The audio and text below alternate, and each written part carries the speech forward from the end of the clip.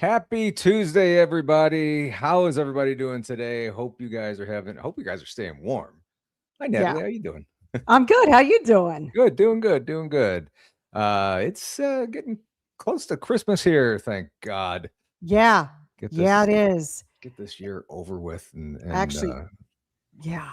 I woke up this morning and it was in the low 40s here in Florida, so really, it does get a little chilly, we but it have makes it a fun. we have a wind, yeah, we have a wind advisory here in the Midwest in St. Louis. 50-mile-an-hour winds coming through here from midnight to noon or 3 a.m. to noon or something like that tomorrow. So Good there's going to be a grief. whole lot of Christmas decorations flying around. Yeah, and you might get some new ones. Hey, that would be kind of cool. That would be Yeah, kind of cool. yeah, Yeah, that'll be fun.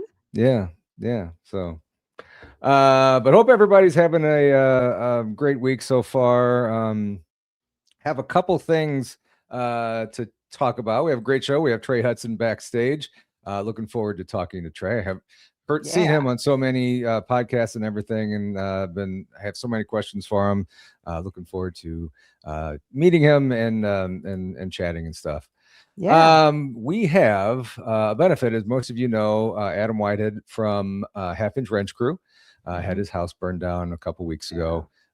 Terrible thing. Luckily, everybody got out. I believe his wife, his kids, Mhm. he, and his pets all got out, but Yeah. they lost everything.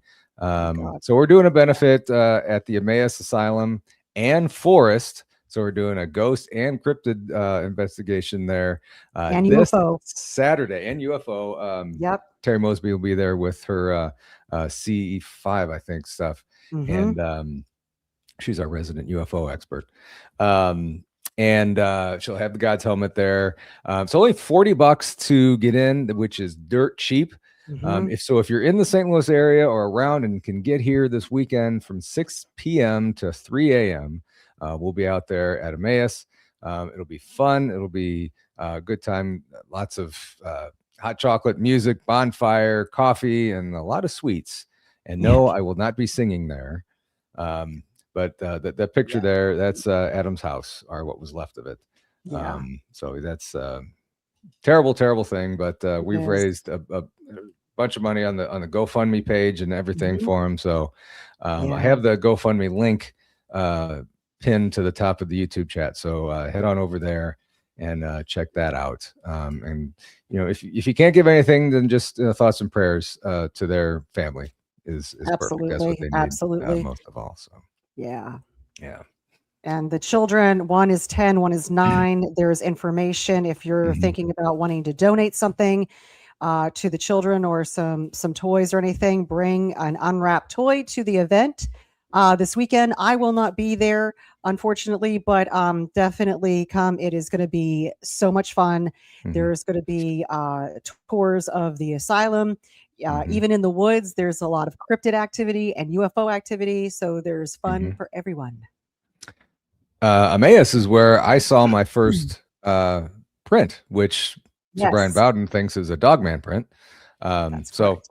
yeah, we found that out there, and That was pretty we've cool. heard, yeah, we've seen orbs out there. We've heard knocks. We've heard all kinds of weird things there. So, I mean, if you can't make it there, I'm sure one of us might go live.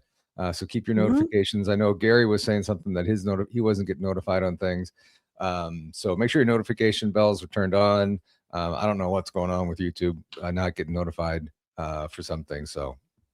Yeah, So somebody's going to go live. So hope to yeah. see everybody there.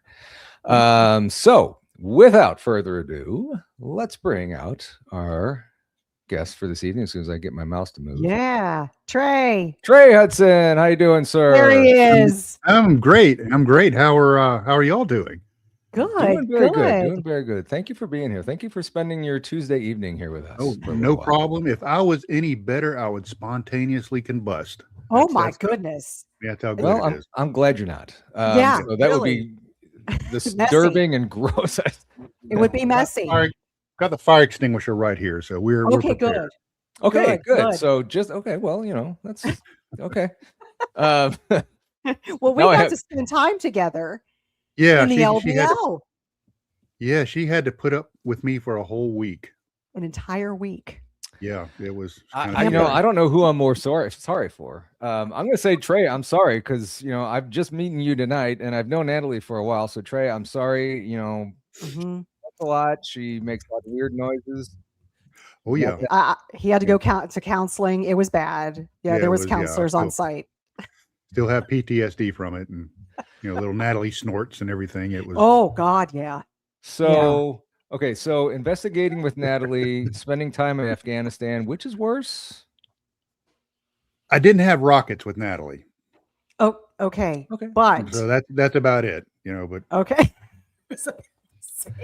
and it's like nobody was trying to blow me up, but then there is Natalie, and Then there's me.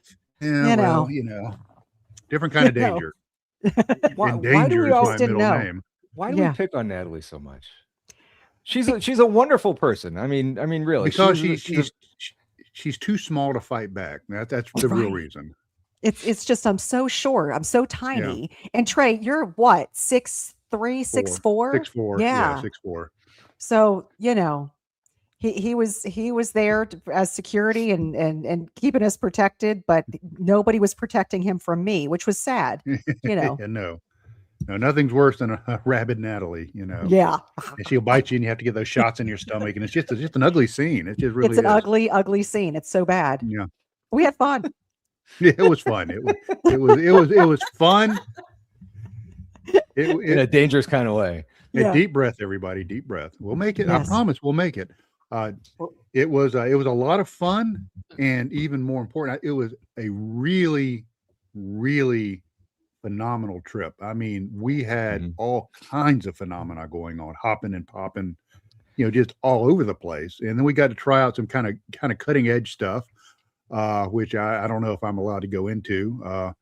But got to do some kind of cutting edge stuff with the God helmet and other stuff, and so it was quite a phenomenal trip. Yeah, I'm sure you can go into it. Oh, okay. Yeah. Yeah. You just can't go into the part of the Estes method. Yeah, no, That's for was crazy. That was just absolutely. And I'm not going to go into that because that's like a big teaser right there for the project when it comes out. But oh yeah. But if Natalie ever puts her hands on her hip and says, "That's Moth Ma'am," not Mothman. Mothman. That's right. That's right. It is. I got my moody hip out. That's right. That had to do with her God helmet session. But it was cool stuff. So have you used the God's helmet before? Oh yeah. I mean, I actually own one. That's it was sweet. mine that I brought out there. So and I actually kind of took some of the earlier work of Dr. Michael Persinger, and then brought it forward. And there's some more modern stuff, and we primarily do a left amygdala stimulation is where we've had some of the best results. And the cool thing is what we've been doing is taking the God helmet. And we did a session, and Natalie knows Sean, who was out with us at Land Between the Lakes. We did a session with him at the Meadow, and we took the stills from that session and we turned it over to Stephen Leah from Hidden Worlds Quantum Imagery, which you might remember from Skinwalker Ranch and Blind Fog Ranch and all of that. And he used his quantum analysis technique and pulled data out of the still imagery.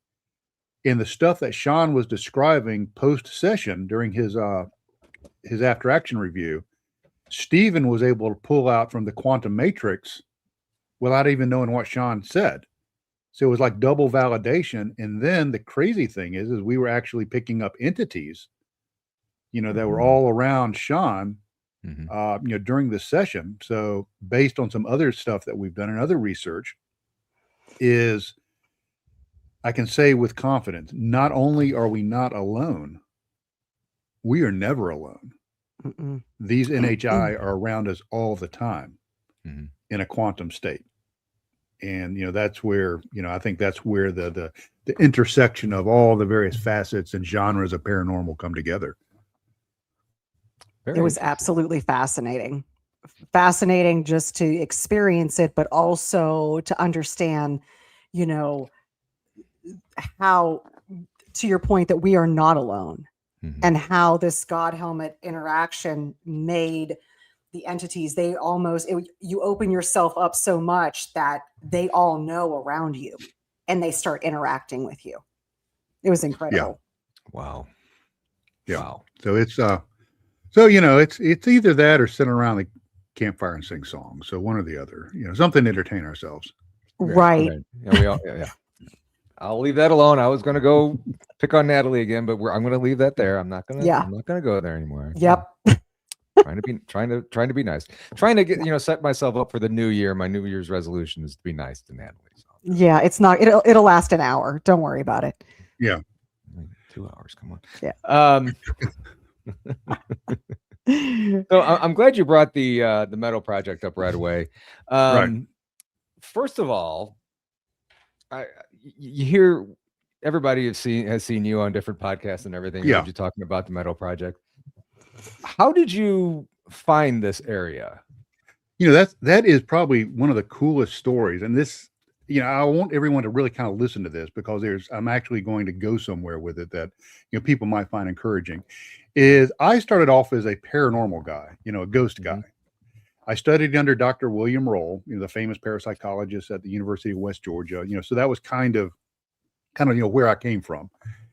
And, one thing that, I always did as a ghost guy is really dig into folklore, because a lot of times when you start peeling back the veneer of folklore, there's like a nugget of something, at the very bottom that was either an event or a person or a happening that, generated this folklore. So I was studying folklore in this area where the meadow is, and I found folklore about a haunted road. And, the story was, the state came in and they, made a road through the forest and they paved over part of a graveyard, and the vengeful spirits would come out of the woods. And, if you turn your lights off and drive real slow, you'd see the ghostly fingerprints, down the side of your car. And all the locals would say things, don't go down there at night or them haints will get you, that kind of place. So, when the locals say, don't go down there, they'll get you. Hey, where am I going? That's where I'm going. Mm-hmm. And so I had had a chance to meet the pretty well-known Bigfoot researcher, Bob Wilson, who people remember as Grumpy from Bigfoot is Real on Discovery Channel and some of that. So Bob was a friend of mine. And he said, that sounds kind of like, Bigfoot kind of stuff. Why don't we like take it, go out there and kind of take a look, maybe from the Bigfoot optic. So I went out with one of his research partners, a guy by the name of Daryl Neese. And Neese and I went down to the haunted road because we found a section of this road that was like in this isolated mountain. And it turned out it was about 20 miles from base camp. So we had to like travel a long, long, long ways. And we didn't see crap. Nothing. I mean, nothing. We were completely skunked. So this was so far that we had to use a ham radio repeater up on top of a mountain. We were licensed operators to communicate back with base camp. So we got on our radios and said, blah, blah, blah. This is blah, blah, blah. We're heading back to base camp. And then Bob comes back and said, well, did you see anything? And it's like, no, we didn't see squat. He goes, wait until I'll tell you what happened to me. So cool. So we get back to base camp. And Bob, turns out he was back at base camp by himself. This was in, let's see, let me look at my notes here. January 2016. And it was cold and it was drizzly. Okay. Just upper 30s, drizzly, just icky weather. Bob had been drinking a lot of coffee. Well, the basics of thermodynamics come into play, or fluid dynamics come into play, which basically is what goes in has got to go out, right? Mm-hmm. So Bob steps behind base camp and is taking care of some biological business, and he sees the moon appear. And right before that, he saw a lightning strike, but with no thunder. And of course, we all rationalize things. Never underestimate the human's ability to rationalize. Oh, well, that was a lightning strike without thunder. Oh, it happens all the time. And so he's taking care of that, and he sees the moon rise, and he's like, oh, great. Maybe the cloud cover's moving off and we'll have a decent weekend. It won't be quite so nasty. Mm-hmm. And then the moon moved sideways. Now, I don't know about where you're from. Now, I come from Florida, so I know down in Florida, the moon doesn't move sideways. Paul, I don't know about your location.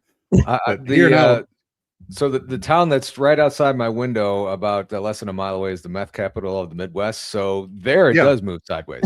Yeah. Yeah. So, but so the moon moved sideways, and then it stopped, and then a tiny black dot appeared in the middle, and it opened up like the iris of a camera. You know, like as you adjust the f-stop, the iris opens up, and then it completely blanked out.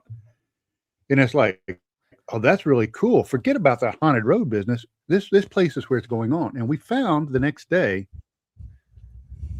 a meadow or a large field, probably about half a mile by foot. You can't get to it by vehicle. You have to take hump your gear in a rucksack. But about a mile out, or half a mile out, is a big meadow, a big field.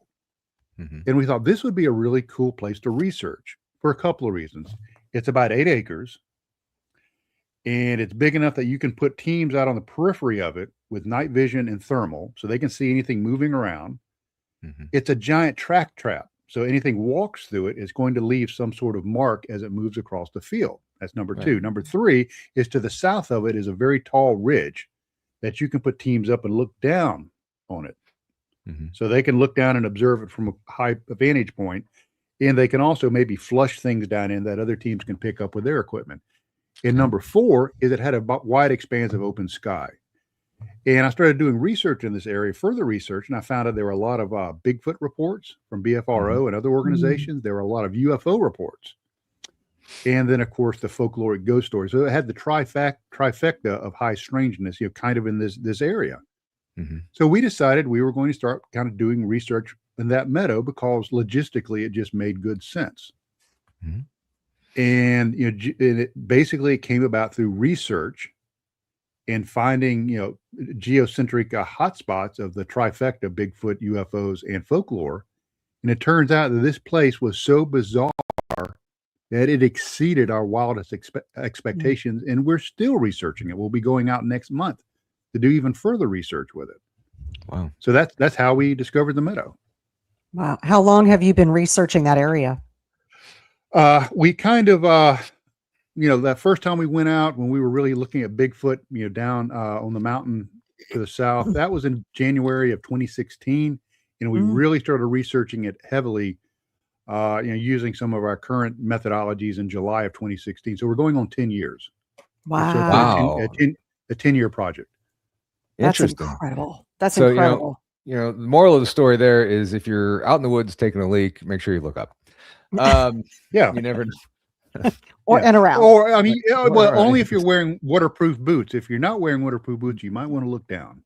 Right. Good point. Yeah. So what this kind of reminds me of is Skinwalker Ranch. I mean, they have a lot of the same phenomenon going on down there.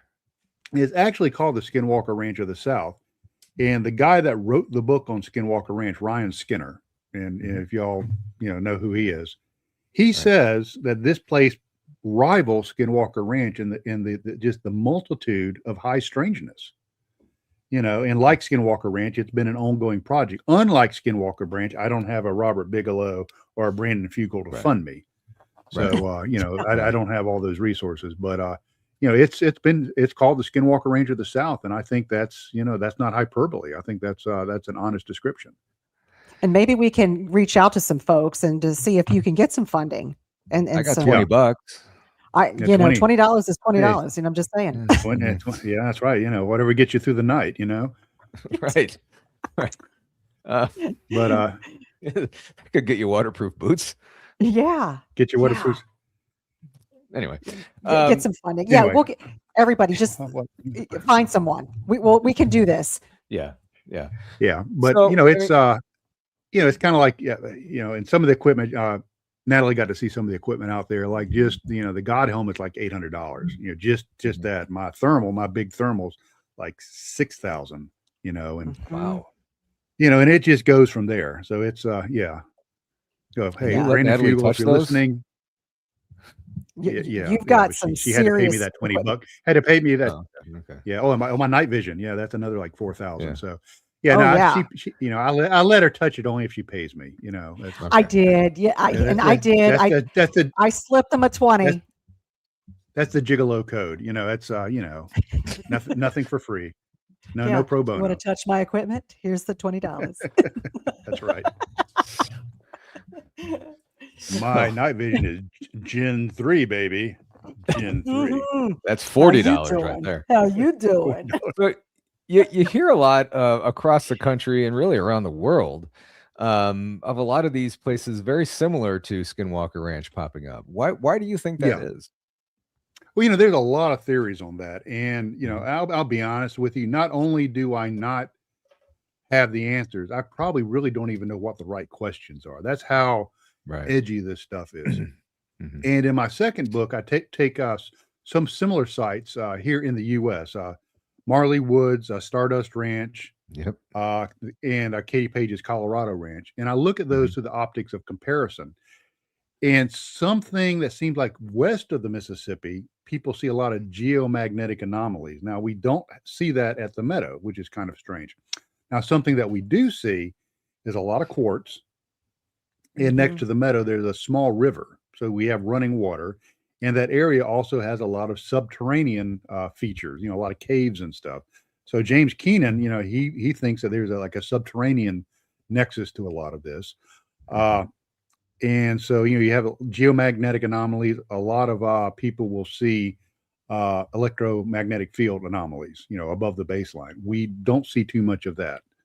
But what we do see, and this is almost universal, are radiation spikes. You'll have a background amount of radiation, at least in our area, of about 0.06 microsieverts per hour. And when we have high strangeness, sometimes it'll spike up to about 0.66. Now that's not dangerous radiation, but empirically it's enough of a spike to be of significance. So what we watch for is radiation spikes. And we've also seen some orb activity. It's very common in these areas. And another thing that's really common is cryptid, which is strange. Is almost all of these sites have some sort of cryptid nexus.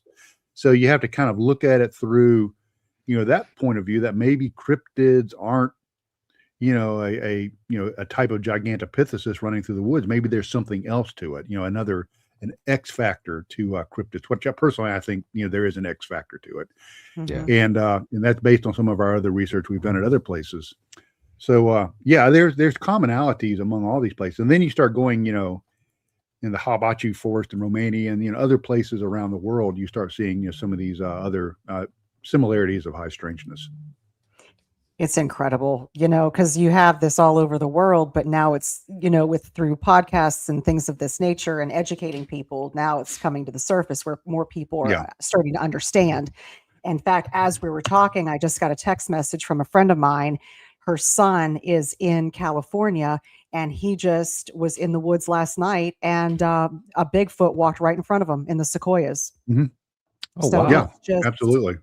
you have this, more people are being educated from this. So I think it's fantastic.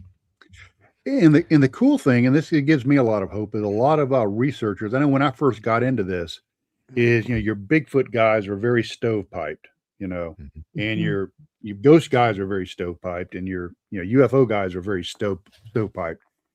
And now people are starting to kind of step back and take a deep breath and say, there's so much overlap in this that maybe we can't just continue to look at it through with our blinders on. Maybe we need to step back and start looking at it more holistically. And I talked to more researchers in the various genres of paranormal research, and more people are saying that, and more people are comfortable coming out and saying that now. Hey, maybe we need to look at Bigfoot perhaps through the paranormal calculus, and see if there's some sort of correlation there or some sort of link, and maybe UFOs are somehow related to ghosts and vice versa. And then you go to places like the Meadow and Skinwalker Ranch and all these other places, and you have these geo concentrations of just all kinds of crazy crap going on.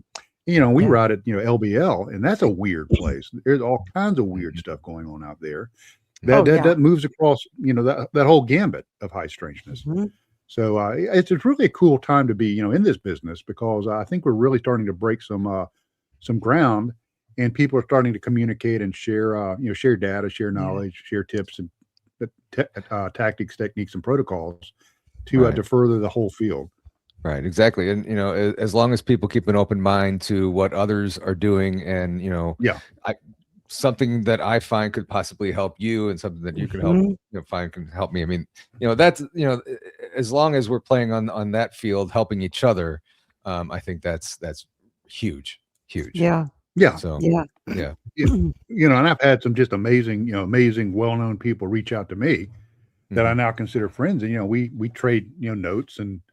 experiences and all of that. And I think it just, it's kind of one of those things that it's a gestalt, that the whole is greater than the sum of its parts, which is the collaborative effort of everybody working together. Mhm. Yeah. You Very much mentioned so. in the beginning as well that you started as a ghost guy. Um, Hmm. that's kind of where I started as well. How did you what happened to get you to on the more into the cryptid and UFO angles of this? Yeah, it's, well, it's, I'm going to show my age here. Believe it or not, next on Sunday I'll be 61. So Oh, I'll happy show, I'll show birthday. my Happy age. Well, birthday. thank you. Is I was a child of the 70s, and back then we had some just really amazing TV shows and things like that, like In Search of with Leonard Nimoy. We had Project UFO. We had all these really cool shows that talked about all of this strangeness. And I was like this Mhm. weird little sponge, and I'm soaking all this stuff in. This little maladaptive sponge. And while all the other kids would bring to school football magazines to read during recess, I was a little geek over there with a UFO magazine, and so I had a just kind of a natural interest in all this crap. And my dad, I remember him bringing home a book, and I've got it right here, which is The Gods of Aquarius by Brad Steiger from the 70s. And Oh this is wow. actually Wow. my autograph. This is my autographed copy of Brad Steiger's book. Cool. And Wow. I remember reading this, and it talks about kind of looking at these phenomena through a multidisciplinary lens. And so that's I kind of got into it like that as just, somebody, just really curious about the world. And then I was, I was an Eagle Scout. I earned Scouting's 50 miler award 3 times. And, I spent a lot of time in the woods, uh, hunted deer in the South. And then later on Mhm. became hunted deer all over North America and big game in Africa and all of that. And so I'm an Mhm. outdoorsy guy. I love the outdoors. I love Right. experiencing, the wholeness of the outdoors. So, it just was a really cool fit, So ghosts, I just kind of got interested in ghosts because of my experiences, like with Dr. Roll and some others. But I always had that little spark, of cryptids and UFOs in the background. So I've went on. Mhm. I'm a MUFON field investigator, so I still, keep my fingers in, all of these Oh yeah. different genres. But I was at a UFO, a Bigfoot conference. I was actually invited by a Bigfoot researcher, a guy by the name of Lee Culver, Mhm. who also taught me remote viewing, but that's a whole other Mm. story. But so I went to a Bigfoot conference where he was presenting, and I was wearing a shirt that said, paranormal investigator. So all the Bigfoot guys were kind of giving me the stink eye. It's like, what the hell is this guy doing here? Because that was back, that was like in 2013, 2012. Mhm. And so but I had one Bigfoot researcher, pretty well-known guy, like I said, Bob Wilson, actually came up to me Mhm. and he goes, I've experienced that. I've experienced the paranormal, uh, Mhm. out Bigfooting. And he said, I want to know what you know. He said, I'll make a deal with you. I'll teach you about Bigfoot if you teach me about the paranormal.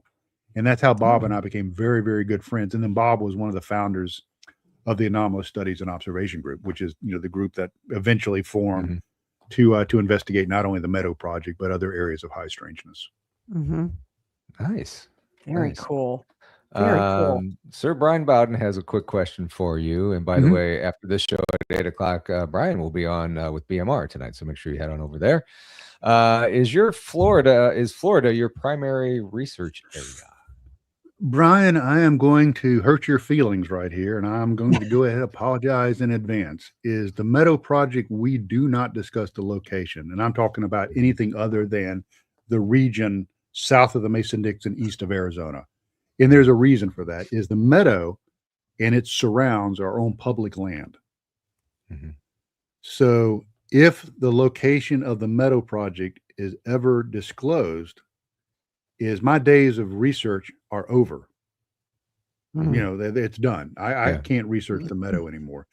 So everybody that comes out of the meadow, and I do have guest researchers. Josh Cutchin has been out there. Katie Page has been out there. I've got a standing invitation for Jimmy Church if he can ever break loose and come out there. But all the researchers sign an NDA. It's where they do, and we have an operation security plan. So, you know, forgive me. I don't discuss the location. It's not because, well, Trey Hudson's just being a big old butthole. No, I have a reason for it.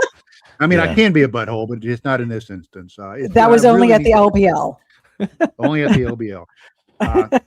Yeah, he's such a butthole. He has to wear toilet paper on his head. Yeah, but yeah, you know, I just really have to be careful about that because this area is just so rich, and the data and research that's been coming out of it is just, I think it's so valuable. I just have to be really careful with that, and that's not to be, you know, highfalutin or arrogant. I just, you know, I have to protect the area. That's So okay. I ask mea culpa, you know, just you know, everybody just forgive me on that. No, it's totally fine, because I mean, I get it. We do have to protect the areas, because if not, they're going to be overrun, and then you don't know what's going to happen after that. You know, for example, is, you know, the kill site, you know, at LBL, you know, the actual site where the people in the RV were killed. You know, obviously I know where that is, but I don't tell people where that is. You know, it's in the LBL, but I'm not going to, you know, I'm not going to show people my LiDAR scan where I look for the, you know, the structures and everything there, because I don't want that to be overrun. That's just too cool of a area to research. Right. It really is. It's an 100% completely understand that. Yeah. So, you know, kind of getting back to the LBL, I mean, you've been there several times. You all right? I just thought I saw some light up there. That was weird. We do have all kinds of paranormal activity that happen when we're on this podcast. No doubt. No doubt. Thank you, Brian. Thank you for this one and for the one earlier. Yeah, he does the same thing. No worries. So yeah, definitely completely understand. Thanks, Brian. Where was I going with this? So when you guys were at the LBL a few weeks ago, that train of thought went right off the rails. I know. You see something weird, and all of a sudden, squirrel, ghost, whatever. LBL. You were talking about thank the you LBL. so much. Squirrel. Reel it back Ghost in. of a squirrel. Hey, have you ever gone squirrel ghost hunting? We've heard so many weird things that happen. I'm glad I saw that, because I'm like, what the hell was that? Yeah. Ghost squirrel. Ghost squirrels. So, and Greg was talking about 600-pound ground squirrels making large nests, and that was the other day. So God only knows. Okay. Yes, Greg likes squirrels. We need to do a squirrel podcast. Yeah, there was a lot of lead paint in Greg's house growing up. Yeah, I'm not saying, but I'm just saying, you know, he's eating paint chips. He's our special little pal. Yeah, our little pal. Well, that's what it says on the side of his helmet, so that helps. Yeah. Before I forget again, so when the last time you guys were at the LBL, all the strange things that happened that week, have you ever experienced anything that crazy? Oh yeah.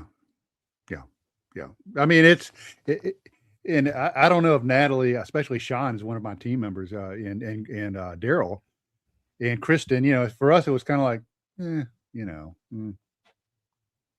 strange apparitions that, you know, charging you. You know, it happens. We've had just insane, crazy, off the wall stuff. Probably the weirdest is the freaking portal. You know, I mean, I was just going to ask you. Actually had a portal, and people walked into it. And we have it on film. You know, and it's like, really, you know, everybody that sees that film, and excuse me, it's actually out in my movie now.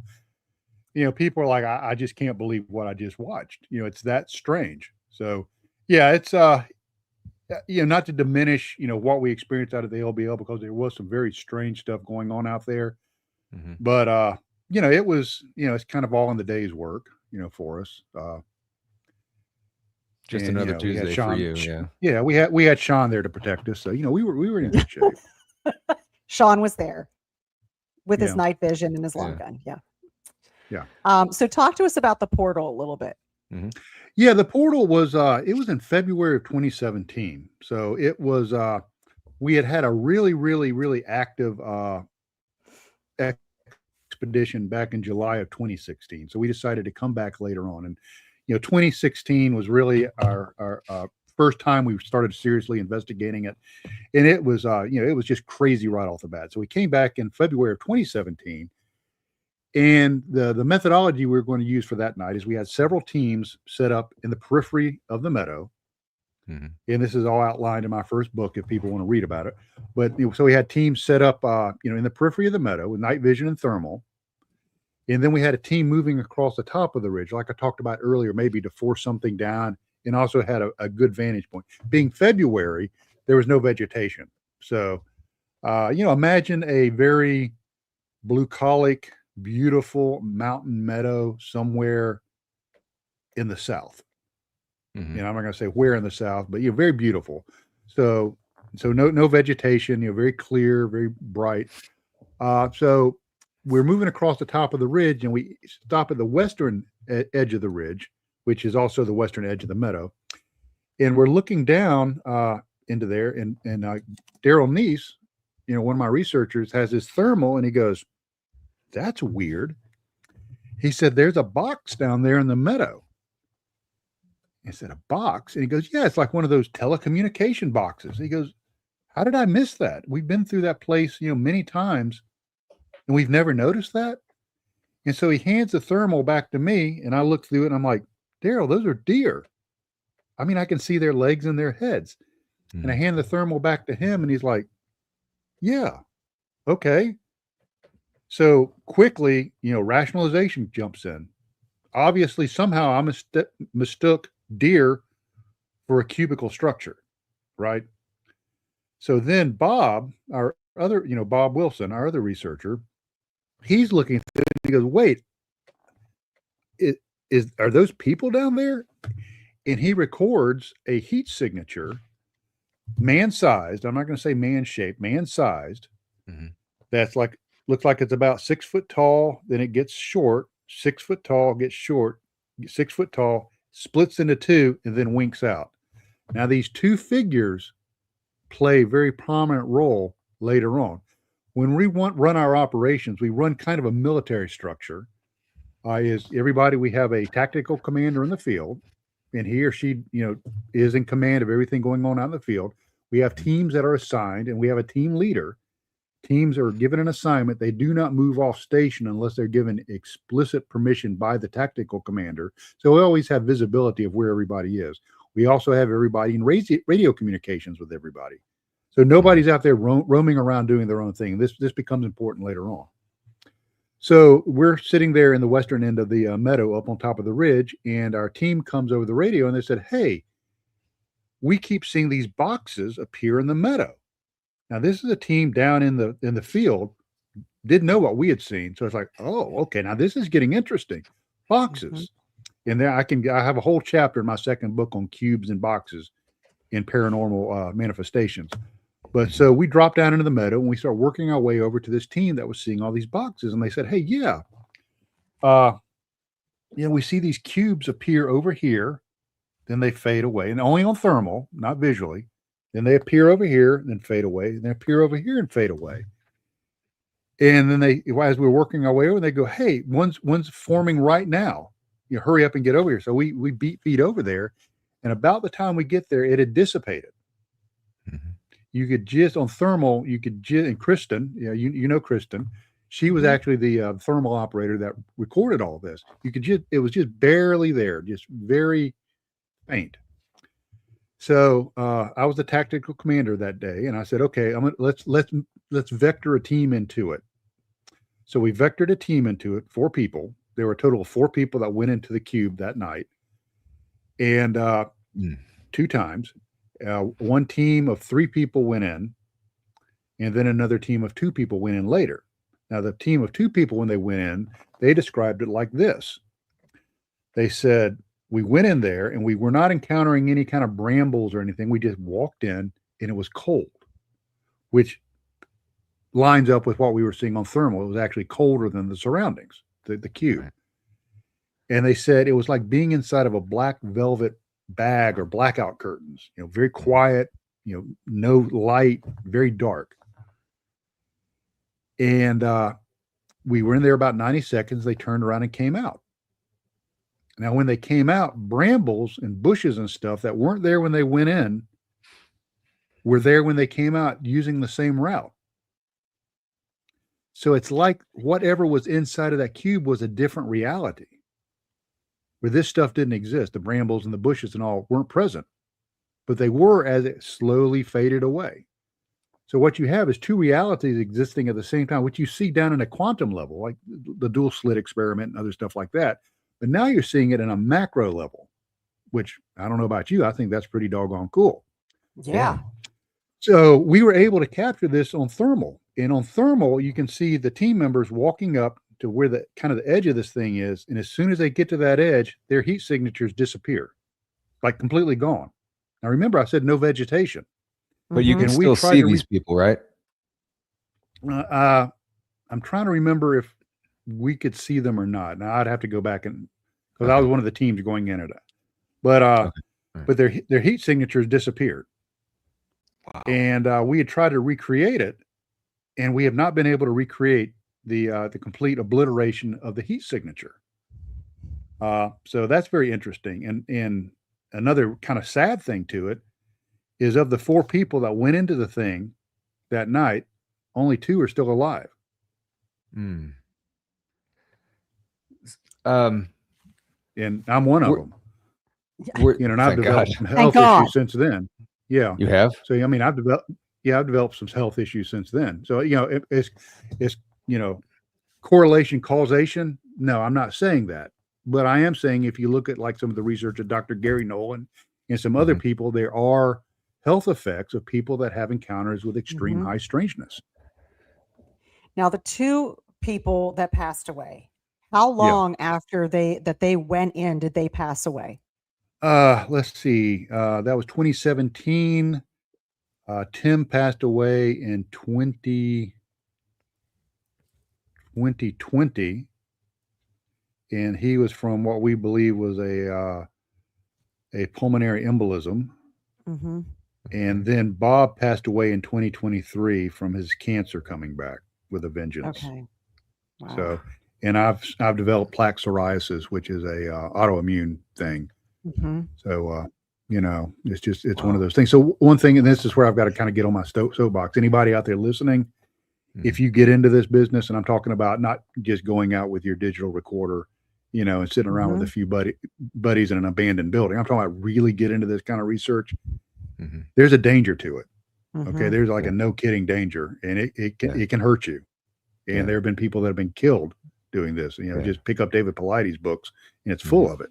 So that's my little warning out there for anybody thinking about it. We joke around here and have a good time chatting and stuff, and try and keep it light and everything. But when we go to these locations, and you're doing, we're sitting around the campfire trying to keep warm in between these things. I mean, yeah, go ahead and have fun. But when you're doing these things, like you said, this is serious shit. Yeah, no, it is. Weird, strange things can mess you up, and you don't want to, bring anything home, an attachment, certainly any kind of radiation or illness or anything that could hurt you or anything. But that's definitely crazy stuff. Well, and Natalie can, Natalie can attest to this on the one of the first nights when we had the thing where y'all went up the first time. Security team was about 5 or 10 minutes back, and then we came up, and when Adam said, the security team, we need you up here now. You could probably tell Sean and I weren't playing. It was not a joke. It was very serious because. And people need to go in this with a very serious. You can have fun, enjoy life, enjoy your friends, but you need to go in this kind of seriously and go in with a plan, because it can get weird, really, really quick. Yeah, you definitely have to have a plan, because you've got to think strategically far in advance. Like, what Yeah. if this happens? You have to have a plan in place. You know, had I not had that bear spray that night, or had, you know, Greg not had that gun, what would have happened? We would have gotten charged. Somebody would have gotten hurt. And you know, things like that happen. And when you're dealing with cryptids, they're so massive and so large. If they wanted you dead, you'd be dead. Yeah. So it is, there's an extreme danger to it. Jojo made a point here that I think a percentage of the missing people worldwide probably vanish this way. And yeah, I you know, maybe they slip into a portal or something strange like that happens. I certainly believe that too. Well, do you want to hear my personal missing 401 story at the Absolutely. Meadow? Absolutely. Yes. Okay, well, let me get my notes out. This was actually in January of 20.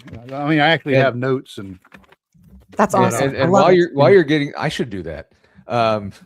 While you're getting those notes out and getting ready for this, anybody, this was around the 45-minute mark. Did anyone else hear just now? Lil Patty says, "Hey, Paul," or was it just me?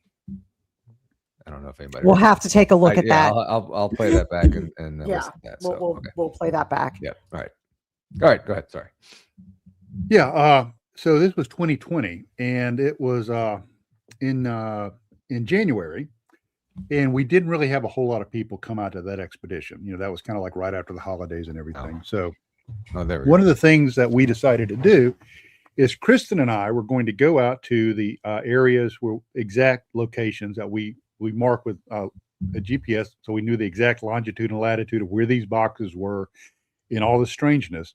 We were going to go out and take baselines, and we were going to take baselines of radiation and electromagnetic fields and geomagnetic anomalies. So we went to all of these places, and we were, you know, taking down our baselines. And there was like I said, there's a small river or a large creek, depending on how you look at it, to the north. And we said that, you know, hey, why don't we go across this creek and see what's on the other side?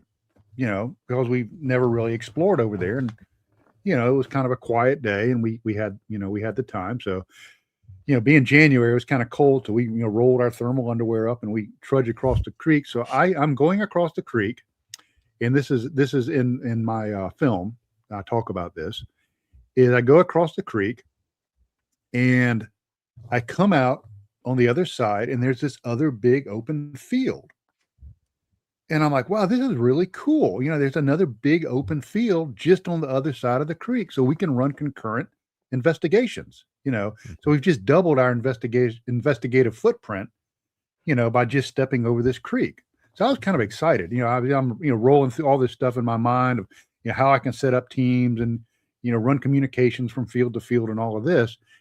So, and I yelled at Kristen because I kind of got separated from her a little bit. I said, hey, you need to come over here and check this out. It's really cool.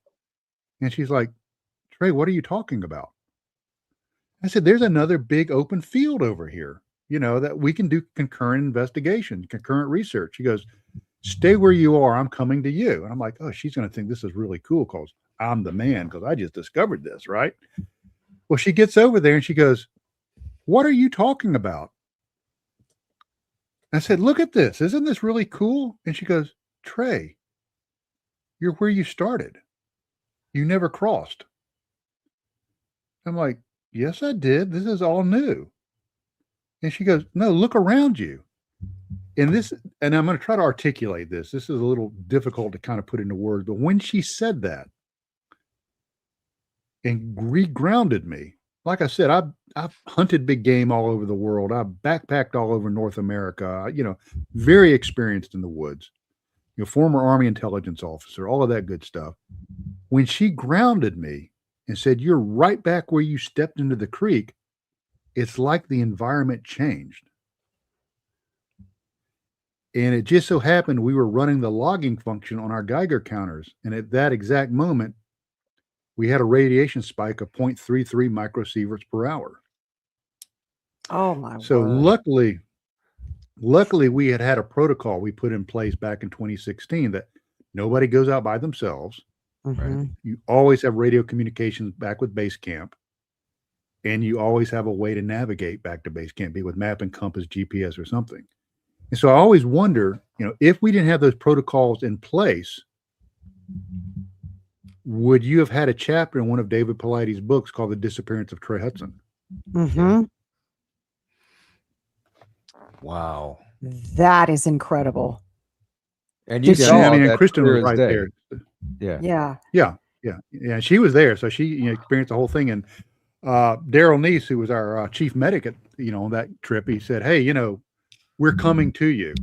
Because they thought that he was having, or I was having, like some sort of maybe a stroke or something. And Yeah. I said, "Okay, guys, I'm taking command here." Okay, as what we call ASOG, the actual director of ASOG. I said, "I'm taking command. Mhm. Leave me the F alone for 10 minutes. Nobody talk to me. Just leave me alone. I'm going to sit on a log and I'm going to get a drink of water and just let me get my wits back about me." And so Mm-hmm. as I was sitting there and breathing and drinking the water and kind of reacclimating myself to the environment, everything kind of returned back to normal, and we went back to base camp. So that was my personal experience. So Did you have any sickness during that time or any feeling of illness afterwards? It's funny. My afterward, thoughts sound just like your voice, Natalie. when she told me, I was back where I started, and my cognitive focus started shifting around, and I realized what she was saying was the truth. I got really really disoriented, and I felt kind of lightheaded. Now, not nauseous, but Mhm. just kind of lightheaded. Now, interesting, the radiation spike wasn't a dangerous level. It was, Mm-hmm. nothing to be concerned about. Empirically, it was of interest, but nothing dangerous. But I just felt really confused. And what I liken it to is if you've ever come out of anesthesia and Mm-hmm. you're just confused. It was kind of like that. And that's Right. why I wanted everyone just leave me alone and let me kind of get my feet back, back on the ground, and kind of come back to terra firma and make my way back to base camp. Mhm. So what do you think happened during that time that made you confused or turned around, or how you felt, or what happened? That the answer to that is I don't know. Mm-hmm. I always tell people, be very wary of somebody that says they have the answers to this stuff, because nobody knows the answers to this. No. Mm-hmm. I think that it was I think that area, that particular little micro spot, which is only about 40 yards from where we saw the cube, is an area that has a relativistic sink, if you will, where relativity operates a little different, kind of like a micro black hole. And that's why you're seeing the radiation spikes and stuff like that. And I think the closer you get to things like that while they're operating or while they're manifesting, it can cause extreme disorientation. Yeah. And that can come from, things like electromagnetic hypersensitivity and things like that can cause disorientation. So I think that's Yeah. probably what it is. And I think, Okay. when you go back and you hear about people like being zapped by Bigfoot, Yeah. I don't know if that's necessarily always the case. I don't know if Sean told you about his experience with Mhm. Jamie at one of our Yes. research places. They had that happen, except they had it happen in spades. I mean, this was crazy, bizarre, weird stuff. So it so happens that we think the meadow phenomena, the NHI behind the meadow, which we've been able to communicate with using Estes method and other things, is actually following us now. That we're tagged, Mhm. and wherever we are, it's also with us, because time and distance, and from our perspective, doesn't mean anything to this NHI and its dimension. So it's Mhm. Okay. always, kind of letting us know, hey, we're still here. I'm still here. Hey, Mhm. little buddy, I'm still here. So I So know you didn't experience what Sean and Jamie did, but No, not to that because extreme. because it was mentioned, can you give us a brief summary of what they Oh, experienced? yeah, it was crazy. Okay. And this Mhm. was not at the meadow. This was in a totally different state. But it's an area that Seekers, which is another group, Seekers and ASOG are kind of two kind Mhm. of affiliated groups. Seekers had gone down there to look primarily for Bigfoot. Okay. And we have a lot of ASOG members and seekers and vice versa. And seekers is a kind of an entry-level group that people that are interested in this kind of phenomena can come into seekers, brand new, and can kind of learn the ropes. So we had gone down to this spot, and one of the things that had been seen there is the outline of cryptids on thermal that are colder than the surroundings. So we go back to that kind of weird, thermodynamic thing where, this thing that should be warmer than the surroundings is actually cooler. So there's an area near a place called Daniel's Pond that we've had a lot of activity with what we believe are cryptids. So we decided that night what we were going to do is set up 4 teams. Each team was going to be about a quarter of a mile from each other, all on radio comms, and we could communicate with each other.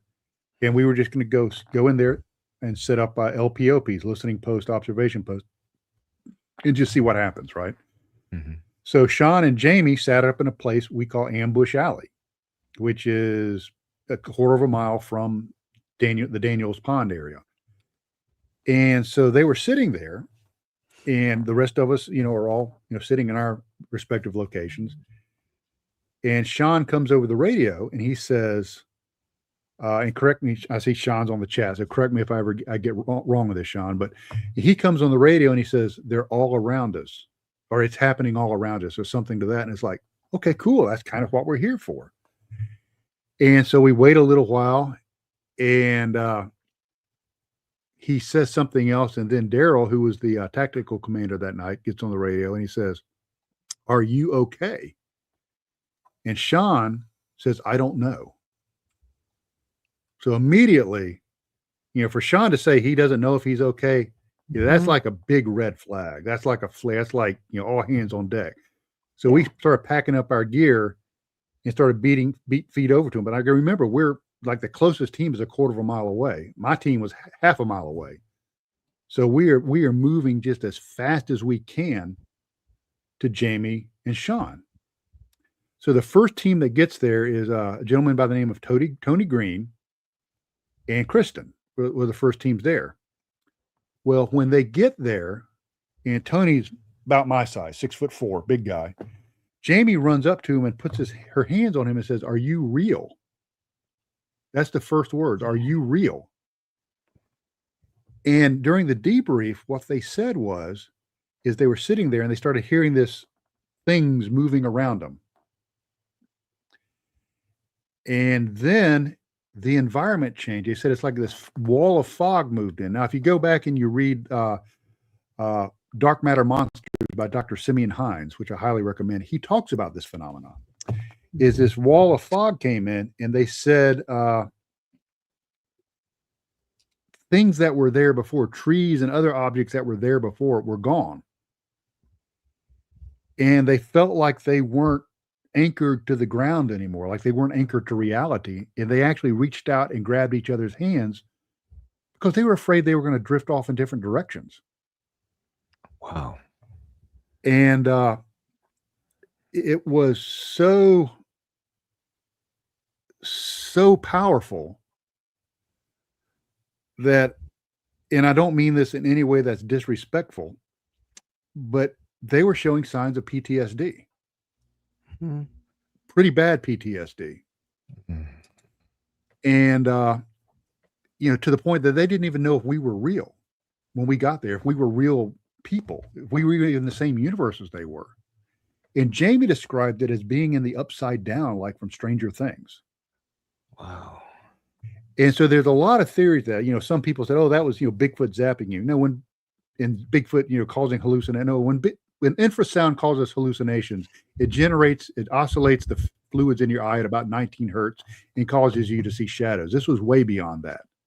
Yeah. So this wasn't infrasound. And my theory is, since we have made such meaningful contact with the NHI at the Meadow using the God helmet. Now this was actually just a few months after Sean's really amazing God helmet experience, where we really, really reached out there and shook hands with whatever. I think it knows we're out there, and I think we're tied to it. And I think every once in a while, it just wants to say, hey, I'm still here. Mm-hmm.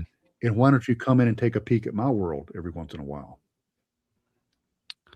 Yeah. Now they lost some time. They lost Did time. they? They lost 40 minutes of time. And Jamie's tracking app on her phone showed them being in a field that they were never in,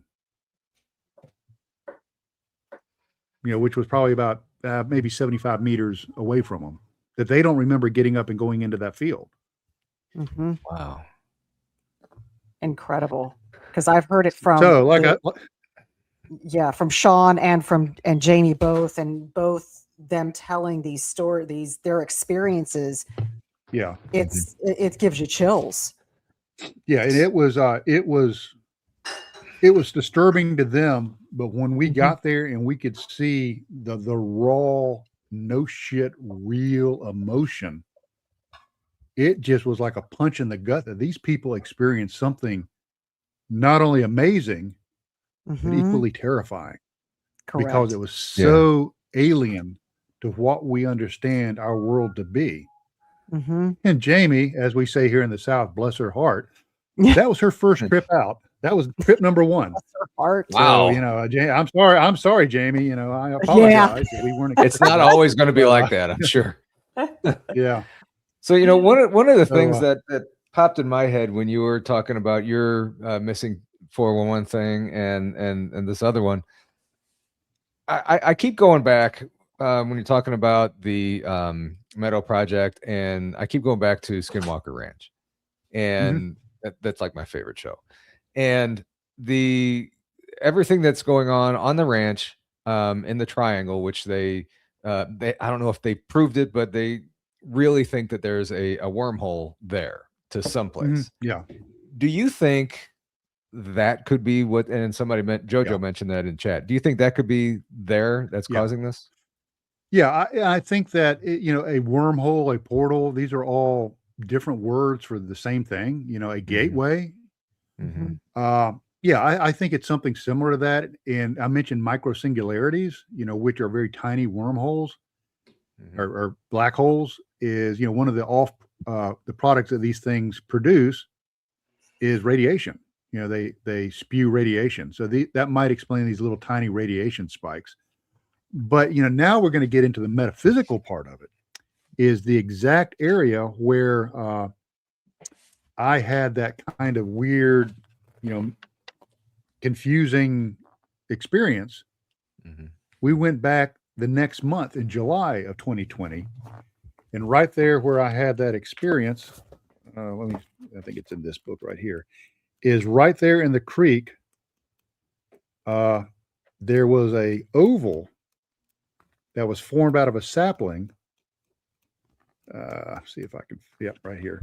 An oval formed out of a sapling on a small island in the middle of the creek. The oval, let's see if you can kind of see that kind of oval right there.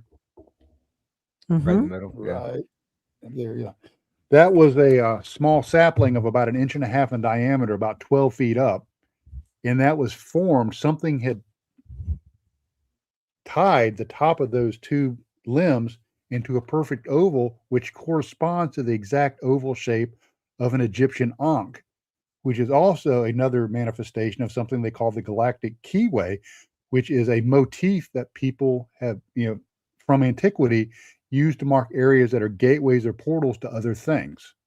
So someone or something, now how somebody climbed up a 12-foot tiny little sapling on a small island in the middle of a creek and tied that, I don't know. Right. But it's weird that we found that particular symbology right where I had that strange sense of disorientation, which is 40 meters away from where the cube and portal was originally.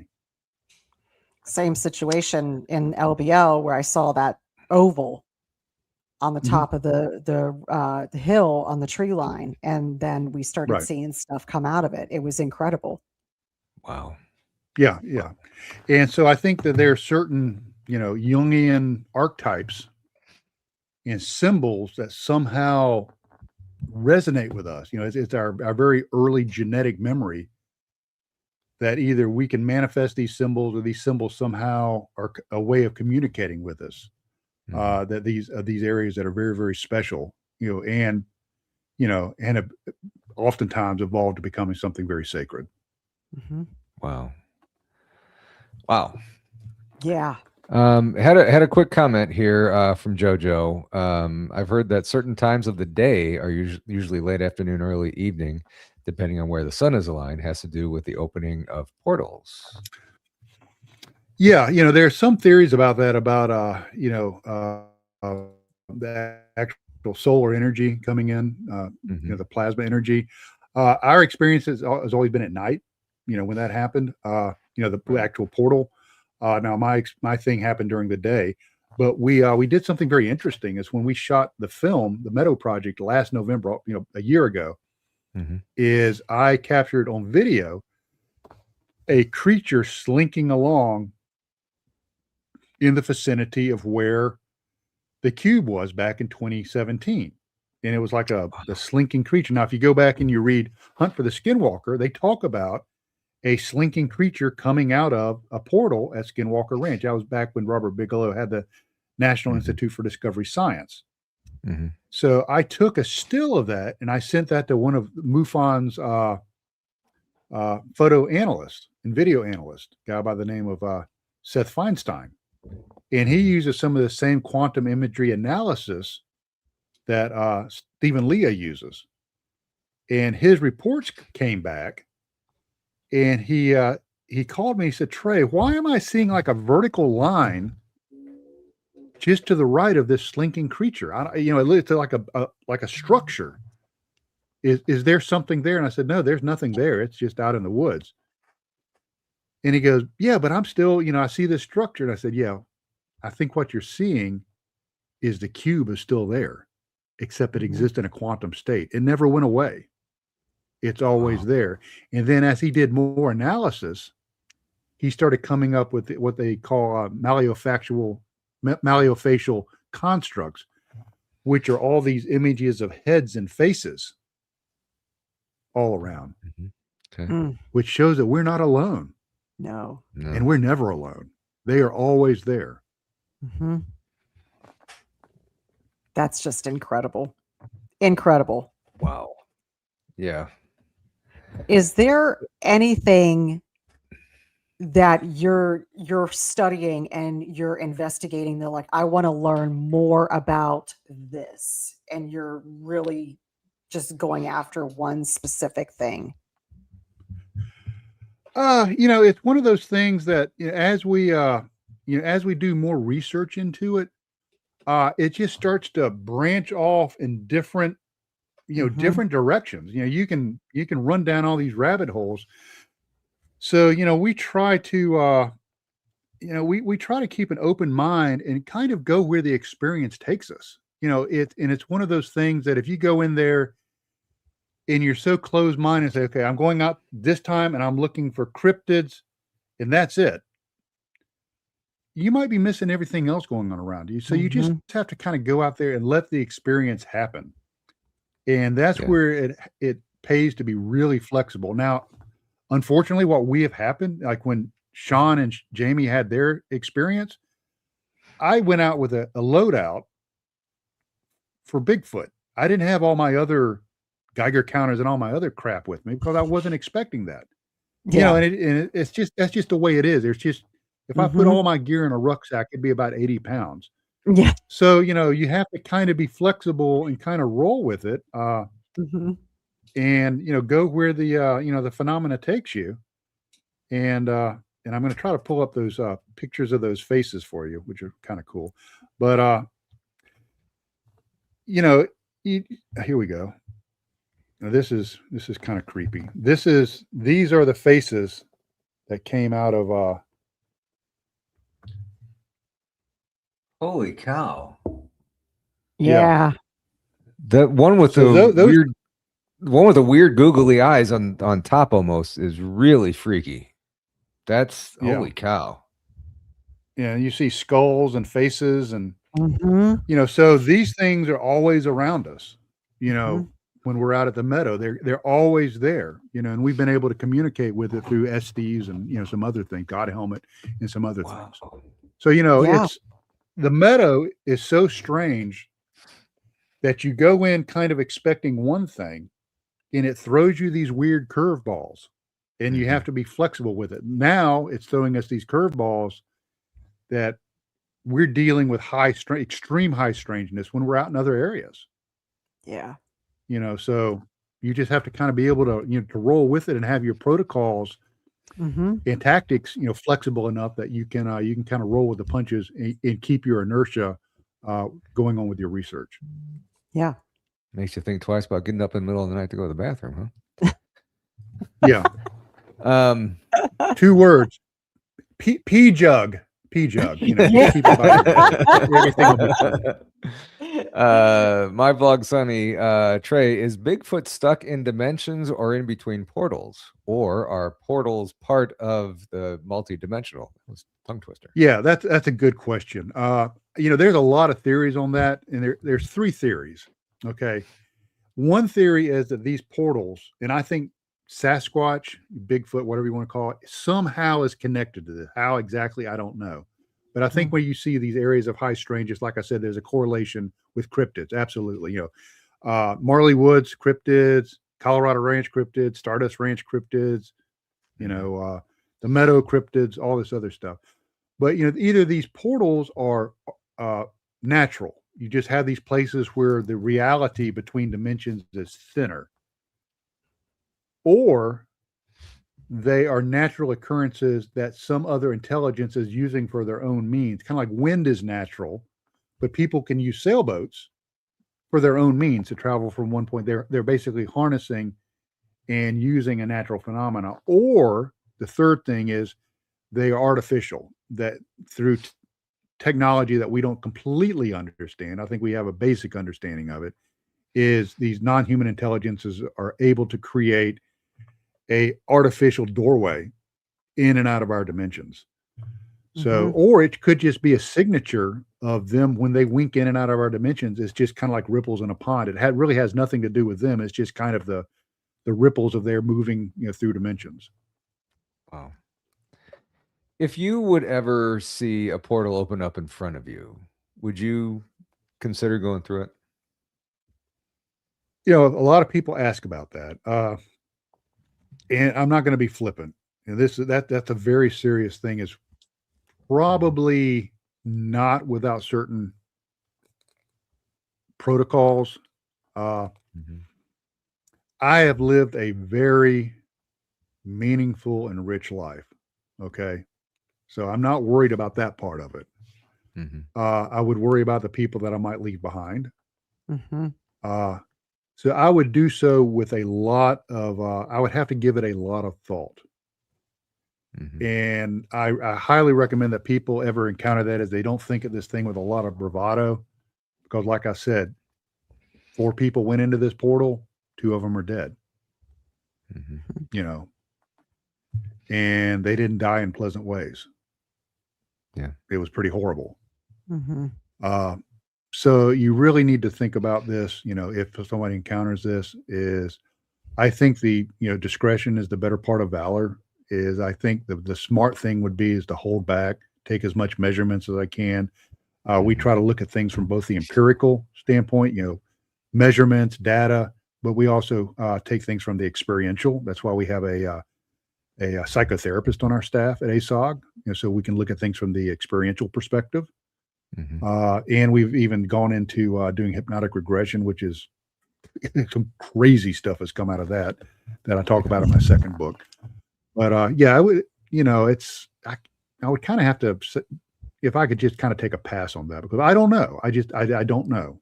I just don't know. It was, I would really have to consider it. A lot of people are like, oh, I'd jump in there right away. I'm like, yeah, okay, wait until it actually happens. You might be thinking differently. Yeah. Yeah. I would think about the missing 411s, just kind of just you go in and you don't come out. Yeah. And don't assume that it's going to be pleasant on the other side, because it might not be. It might be horrible. So I mean, yeah, that's, I think I would certainly take a hard pass on that as well. And just, like you said, learn more about it and then get into it. Yeah. Yeah. Wow. Yeah. Because I mean, you hear about some portals that people have seen open, and then there's vegetation on the other side, and they can actually see, Yeah. you know, where there it's dark where they're at, it's light on the other side. And, you know, is it real? Is it not? Mhm. Where what Trey, what you had experienced are these cubes going in to this void. Yeah. Almost like nothing. You know, you go step into Yeah. nothingness. Yeah. And that's, you know, that's to me, that would be terrifying.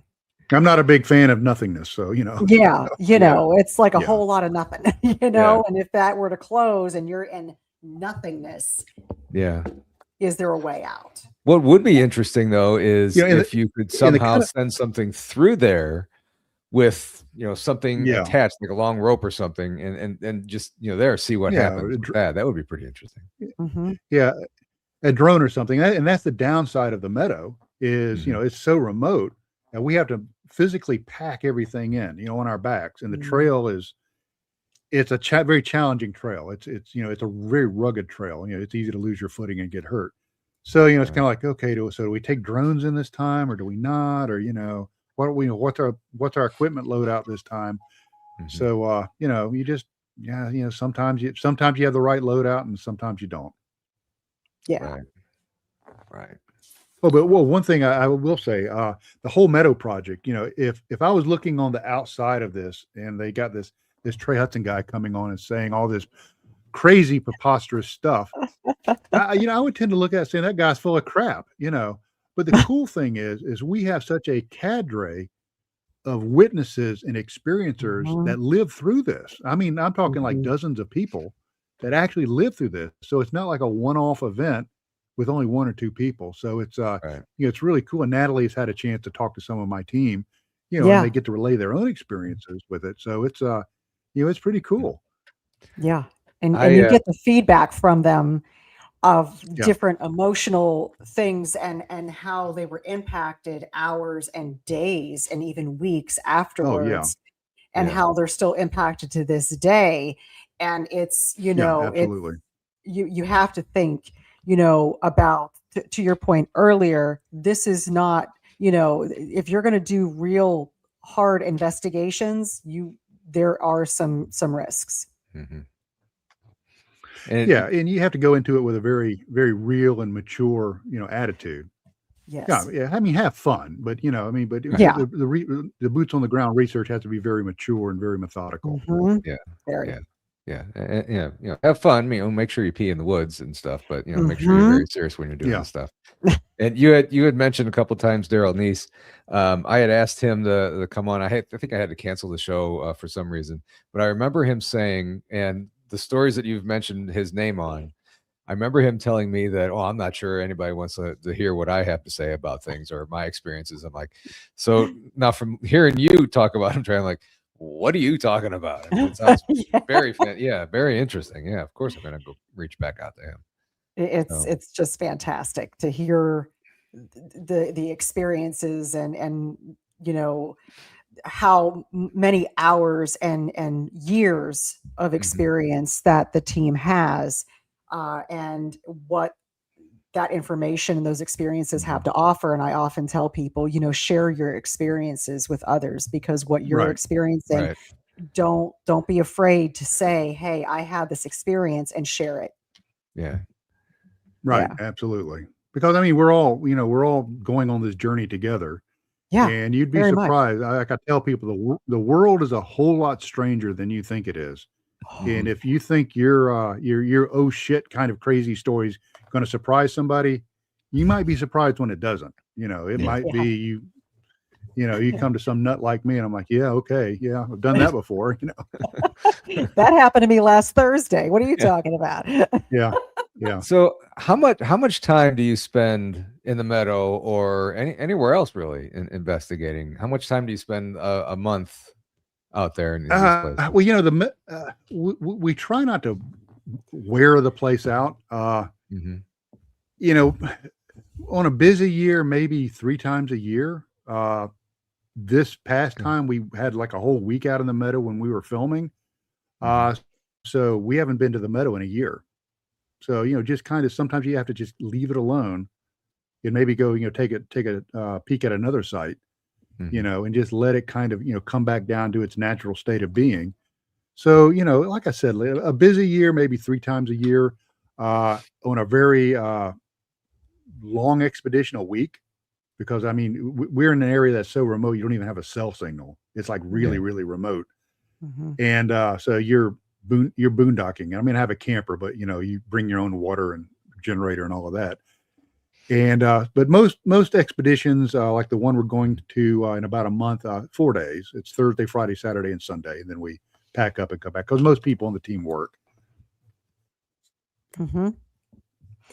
So you talked about your books, your movie. Where can people find your books and your movie? Is the Meadow Project and Return to the Meadow can be found on Amazon. Just go up to the search bar and type in Trey Hudson, the Meadow Project, and the books will pop up. And they're in all the formats, they're audio books, ebooks, all of that. So, and, I encourage people, purchase the books because that's how I make money to research. I know that sounds kind of mercenary, but there it is. No, it's great. The film is The Meadow Project. It's distributed by merkelfilms.com, by Tony Merkel from the Confessionals. So just go to the merkelfilms.com, and there you'll see The Meadow Project, and then the little mini documentary called Helm and Lens, which features Sean's God Helmet session and the analysis by Stephen Leah from Hidden Worlds Quantum Imagery. My website is somebody's been putting it out as themeadowproject.com. That's not it. That's something else. My website is treyhudsonresearch.com.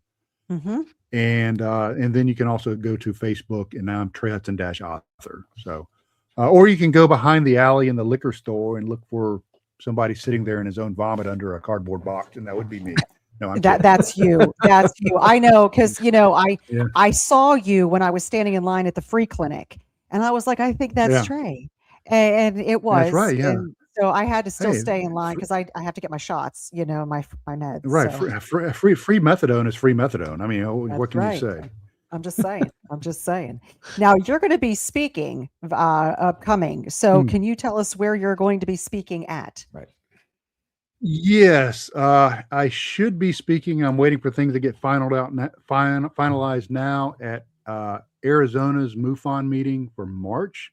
And what I hope to do is do a screening of the film and do a Q&A afterwards. And then I will be speaking at the Contact Modalities Expo in Wisconsin the first week in May. And I will actually be bringing the God Helmet with me and having some doing God Helmet sessions there with people, and then doing a presentation of the Meadow Project Anatomy of a Contact, talking about how our modalities work on establishing contact with the NHI. And let's see, I've got 3 things that might be percolating in the end of August, early September. So we'll see which one of those kind of pops up to the surface. So, yeah, I usually post the stuff that I'm on, my Facebook page. People can go there to kind of keep up with podcast and where I'm going to be. Right. And if you get a chance sometime and are around somebody that has a God's helmet, make sure you give it a shot. I mean, I had a fantastic experience with it. Natalie had a crazy experience with it. You never know what you're going to get out of it, but make sure there's somebody there with you. Yeah. But yeah, it's a very it's device. Yeah. Yeah. So end of January. There's not a whole. Yeah. You're going to be. Yeah. I'm sorry. I completely. Yeah, I know. I'm sorry. It's okay. More bourbon. Yeah. End of January, I will be doing a. I'm sorry, Nat. Now you and Greg are going to be mad at me now.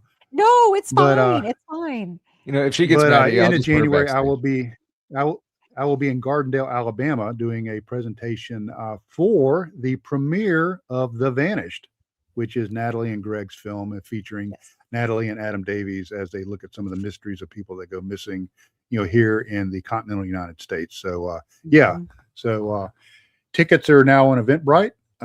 So you can hop in there and get a ticket. It's going to be kind of like a mini Paracon and a movie premiere. Yeah. And, We're going to have a lot of fun. So Yeah. I think it's going to be a hoot. It's going to be a hoot. Oh, we are going to have a ton of That's fun. Southern for good time. Yeah, we're going to have a hoot. So is that different from a hoot nanny? Yeah. No, hoot nanny is like a party. A hoot is just a general good time. Oh. Yeah. So we're not going to have a hoot nanny, just the hoot. No, just no. Just a hoot. Now, if Annie wants to hoot, she can and have a. I'll hoot. Annie, but at the nervous hospital when I check myself in for meatloaf night. So that's every meatloaf night. I check myself in. So where can people find you on social media, Trey? Yeah, social media usually sites? I hang out on Facebook. I'm not a bit. Yeah, I'm not a big social media guy, but I am on Facebook. So Trey Hudson -author. So if you have a question, just ask me or shoot me a DM, whatever. I'm pretty approachable. I mean, I actually had somebody somebody in the community actually came up to me, like a pretty well-known person. They said, I wanted to talk to you, but I was kind of scared. And I'm like, really? No, please come up and say hi. Well, 6'4", that could be kind of intimidating. Yeah, well, yeah, but I try to be a pretty nice guy. Yeah, I didn't beat up Natalie, so that's yeah. And I mean, you know how I am. And Trey's one of the nicest. And he still talk to you. And he still talks to me, and one of the nicest guys ever, and so knowledgeable and brilliant. And it was just an honor to spend the week investigating and having fun and just a really cool vibe. So that was awesome. And thank you for being here. Yeah, Trey, I really appreciate you being here. I've been looking forward to this, and I'm very happy to meet you. And I will be down there in January too to meet you. So I'm looking forward to that. Oh, okay. Oh yeah. And, I want to be careful because. Go ahead. Oh, Greg sometimes introduces himself as me, so it confuses people. So I'm the tall. I'm easily confused. So well, he recently said. Yeah, he recently said today that he's going to put a tattoo of me on his navel, which is disturbing. Yeah, so naval maneuvers. Yeah. Yeah, so sick. But anyway, Trey, thank you very much for being here. And I wanted to make sure that I thank you for your service, that your military background. I certainly appreciate you protecting us and all that stuff that you did over in Afghanistan and everything here. So very awesome. Well, you're quite welcome. Thank you, sir. So thanks for having me. It's been a hoot. It has been not a hoot nanny, but a hoot. It has been great. Very, very interesting stuff. A lot of stuff that makes you think, and I'm gonna have to go back and watch with a dictionary. I don't know about anybody else, but one quick reminder, if you're around the Midwest this weekend, head on over to Emmaus. We're doing that benefit on December 13th. Only $40 to get in there. Just a terrible, terrible situation that Adam is in. So let's try and help him out. So, and his GoFundMe page is I almost said tattooed on the YouTube page. It's pinned on the YouTube page over there. So check that out as well. So everybody, make sure in about 30 seconds, head on over to BMR's channel. He's got Sir Brian Bowden on there tonight. So make sure you check that out. Speaking of Sir Brian, thank you for your super chat. 1 and 2. So I appreciate you, sir. Once again, Trey, thank you very much for having us. Thank you for having night with us. Squirrel. Natalie, thank you. Everybody, have you. Natalie, you know what? Just moving on. Thanks, everyone. We appreciate you. Have a good night. Good night, everybody.